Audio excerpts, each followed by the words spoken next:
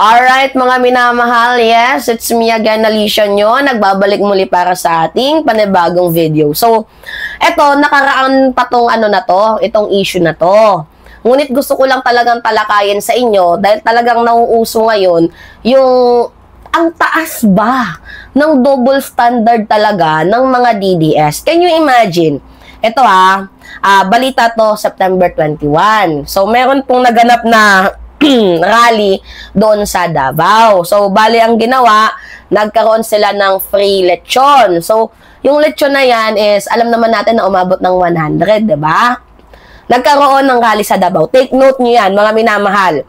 So, yan po ay paghanda para sa Rizal Park. Oo, sa isinagawang kilos protesta kuno. I don't know kung kilos protesta or yung mga tao doon, baka mga PG lang, kaya umattend ng rally kasi mayroong free na lechon. Diba? So, we do not know lang.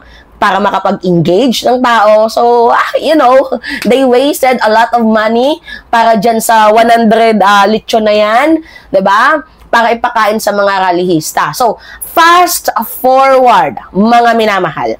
Nagkaroon ng bagyo, nagkaroon ng lindol.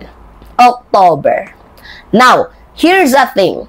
Ito yung pinaka-nakakainis. Kasi way back 2020, alam ninyo na nagpalugaw si Leni. Yes, bare minimum act.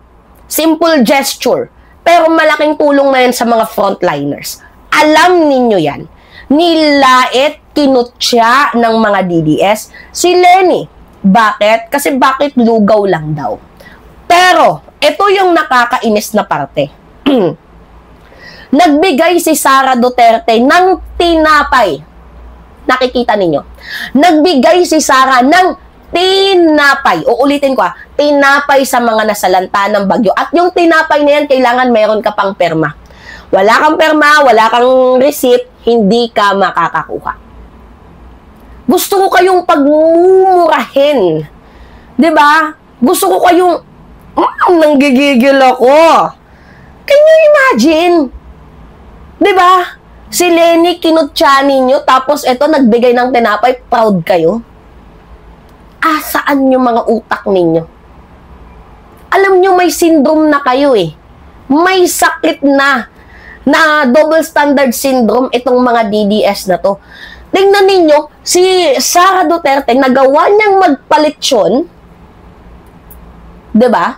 Nagawa niyang magpalitsyon sa rally. Tapos nung nagkaroon ng bagyo, tinapay lang ang kanyang may offer. Si Leni nagparali ba? Nagpalitsyon ba? Di ba wala? Nagigets ninyo ako? Si Leni nagparali ba? Tanong ko. Di ba wala? Wala siyang rally na mayroon siyang ginawang nagpalitsyon. Pero si Sara, ang dami nating rallying nakita na may mga free foods, nag-aagawan pa nga, yung mga supporters, nakikichicha pa nga, yung mga vloggers, nag-aaway-away pa nga sila. Diba? Malaki ang nagagastos ninyo sa rally, pero sa pagtulong sa mamamayang Pilipino, napaka-bare minimum ng inyong ginagawang serbisyo. Okay, let's give a credit when it's due. Sige, salamat, VP. Kahit bare minimum yung tulong mo, tumulong ka. Pero hindi ko lang talaga mawala sa isipan ko yung mga katanungan na bakit pag may rally, grabe kayo pumusta ng pera, lumustay ng pera. Diba? Tapos kapag panahon ng pagtulong sa nasalanta ng bagyo, minsan hindi ka pa nga namin makita. Nung bagyong Karina, nasaan ka? Nasa concert ka na Taylor Swift. See? Kaya nanggigigil ako, napipikon ako, naiinis ako, hindi ko maintindihan kung ano yung nararamdaman ko. And as a vice president, tama ba yun? May funds ka sa rally pero pondo sa mga kababayan mong nasalanta ng lindol, wala. Tapos gusto nyo paalisin pa si President Bongbong Marcos sa ginagawa niyang pagtulong. Tama ba yun? Sa Davao. Tama ba yun? Napapaalisin nyo si PBBM sa Davao habang tumutulong. Sisirain ninyo si PBBM sa Davao sa ginagawa niyang pagtulong. Tama ba yun? Tatanong lang po. At wala naman masamang magtanong. 'Di ba?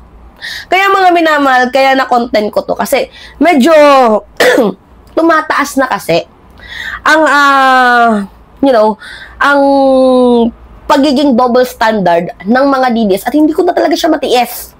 Hindi ko na matiis kasi nilalait nila ngayon si Lenny ng kung ano-ano. Ginagawa na naman nila ng issue. Samantalang itong si Sara Duterte, proud na proud sila, ina-uplift nila kahit bare minimum lang naman yung gesture.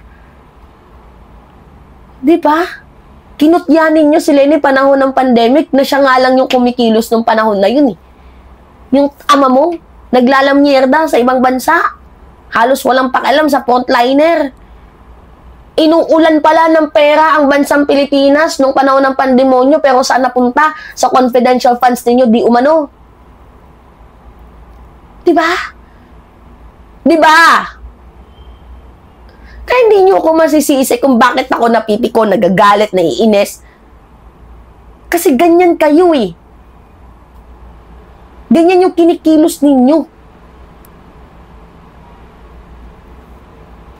Matanggap ko pa sana to kung ang ginawa mo dyan is talagang pamparte yung yung kung hindi man lechon, at least yung mas medyo angat-angat naman sa tinapay. Nagpalugaw din yan, by the way, mga minamahal. Yung medyo mas angat-angat, sabi na lang natin na tawag dito, nagpasisig. Oh, pwede pa yun. Kasi baboy din yun. Diba? Pero tinapay, lugaw, okay, sige, appreciate na lang natin yan. Wala tayong magagawa eh. I-appreciate na lang natin yan. Well, total. Mga minamahal eh. Yan lang naman yung kaya niyang i-offer sa mamamayang Pilipino. How about pa kaya pag naging presidente yan? Sinasabi ko sa inyo. How about pa kaya pag naging presidente yan? Diba? Diba, mga minamahal? Alright, yeah. Anyway, sumakit yung ulo ko It's me again, Alicia nyo, nagbabalik muli para sa ating panibagong video. Maraming salamat mga minamahal, and also don't forget to click the subscribe and always nyo pong i-hit ang notification bell para lagi kayong na-update sa mga video na ina-upload natin. Maraming salamat at ingat kayo mga kababayan at sa mga team replay. Don't forget to click the subscribe and always hit notification bell for more update. Maraming salamat. Ingat mga kababayan. Off na natin. Ito.